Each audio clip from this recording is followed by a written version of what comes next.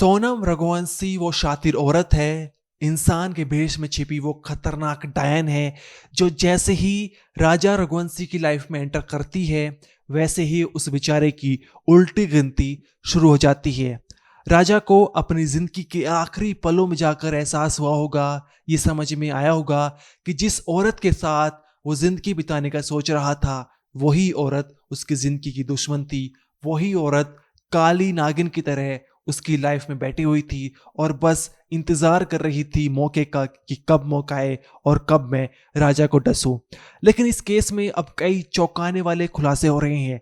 राजा की मां ने बताया है कि राजा की हत्या में सोनम ने काले जादू का इस्तेमाल किया है। एनडीटीवी से बात करते हुए राजा की मां ने कहा है कि जब उज्जैन सोनम गई थी तो वहां से एक काली गुड़िया लेकर आई थी और एक काली गुड़िया जो है वो राजा से कहा था कि इसको अपने घर के बाहर टांग देना, घर का जो दरवाजा है वहां पर टांग देना। अब इसमें कितनी सच्चाई है और इसके पीछे की कहानी जो है काले जादू की, आपको आगे वीडियो में जानने को मिलेगी।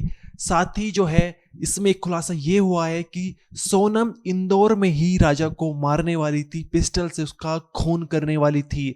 लेकिन फिर ऐसा क्या हुआ कि सोनम ने जो है वो चुना मेघालय की वादियों को राजा को मौत के घाट उतारने के लिए, क्योंकि जो पिस्टल शिलोम जेम्स ने छुपाई थी, जो पिस्टल सोनम के बैग में थी और जो बैग शिलोम जेम्स ब्रोकर जो था उसने जला दिया था, उस पिस्टल से ये खुलासा हो रहा है, ये सामने निकल कर आ रहा है कि वो पिस्टल से सोनम राजा को इंदौर में मारने वाली थी। लेकिन फिर सवाल है कि फिर ऐसा क्या हुआ कि उसने मेघालय चुना, इसके पीछे की कहानी बताएंगे। साथ ही राजा की मां ने कैमरे के सामने आकर यह भी बताया है कि राजा का सोनम से पहले भी रिश्ता आया था, मतलब जो रिश्ता था वो पहले भी आया था, लेकिन किसी वजह से वो रिश्ता टूट गया था या फिर हो नहीं पाया था। लेकिन फिर दोबारा से राजा के लिए सोनम का रिश्ता आता है और जहां पर राजा कहता है कि माँ हो सकता है कि मेरे नसीब में यही लड़की लिखी हो और ये लड़की दिखने में अच्छी भी लग रही है, लेकिन उस बेचारे की एक गलती या फिर कहें एक भूल उसकी जिंदगी की दुश्मन बन गई और वो औरत ही उसकी जान ले बैठी। अब क्या कुछ कहा है राजा की मां ने, पहले वो सुनिए और फिर जो है हम आपको आगे पिस्टल की कहानी बताएंगे और काले जादू की पूरी कहानी बताएंगे।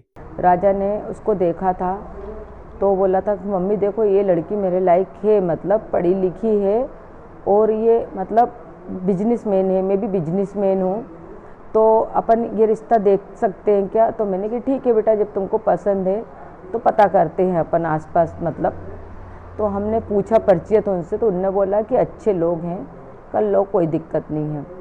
तो है ना, हमने फ़ोन लगाया उनको तो उन्होंने बोला कि हम भी बहुत दिन से चाह रहे थे कि देखने आए, और इसी लड़की से 1 साल पहले भी शायद कोई रिश्ता आया था तो उन लोगों ने मना कर दिया था शायद।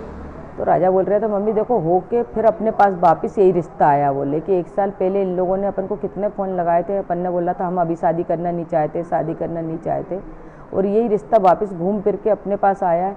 तो हो सके अपने किस्मत में यही लड़की लिखी होगी। तो मैंने कहा हाँ बेटा, भगवान को भी यही मंजूर होगा, हो सकते कि यही रिश्ता अपने लिए बना है। राजा की मां ने एनडीटीवी से बात करते हुए कहा है कि शादी से पहले राजा सोनम उज्जैन जाने वाले थे और वहां पर जो है सोनम ने कहा था कि अलग अलग गाड़ी में जाते हैं, लेकिन सोनम का जो भाई है गोविंद वो भी उज्जैन गया था और राजा की मां ने जिक्र किया है कि गोविंद की वजह से ही मेरे बेटे राजा की जान बच पाई थी उस दिन, नहीं तो हो सकता है कि मेरा बेटा उस दिन ही ख़त्म हो जाता और उस दिन ही वो डायन जो है मेरे बेटे की जान ले लेती।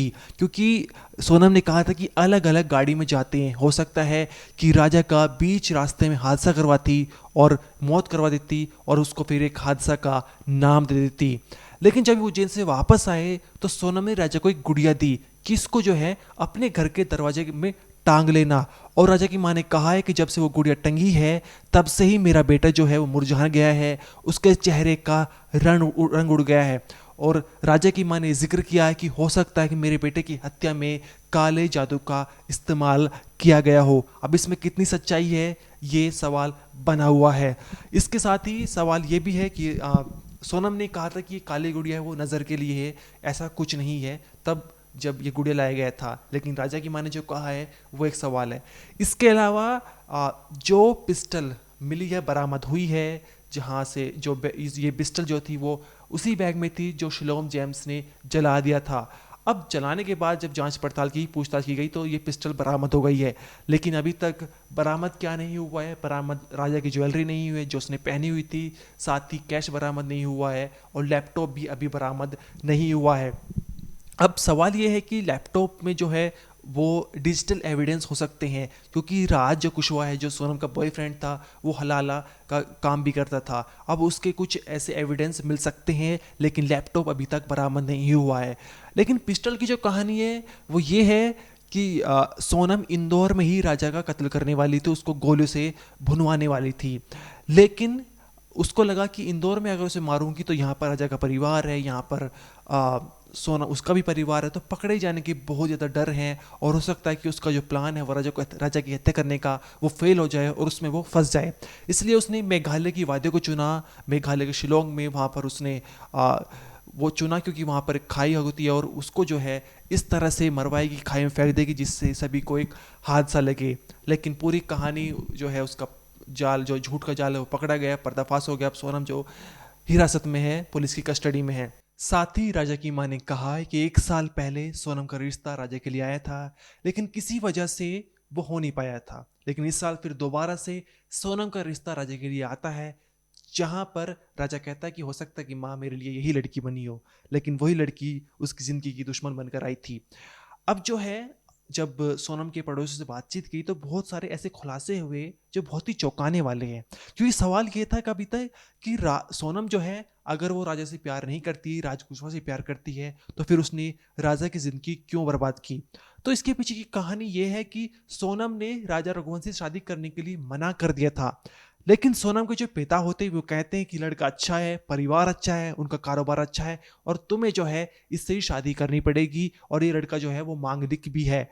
और सोनम के पिता ने यहाँ तक कह दिया था कि अगर तुम राजा रघुवंश से शादी नहीं करती तो मैं अपनी जान ले लूंगा, अपनी जान दे सकता हूँ।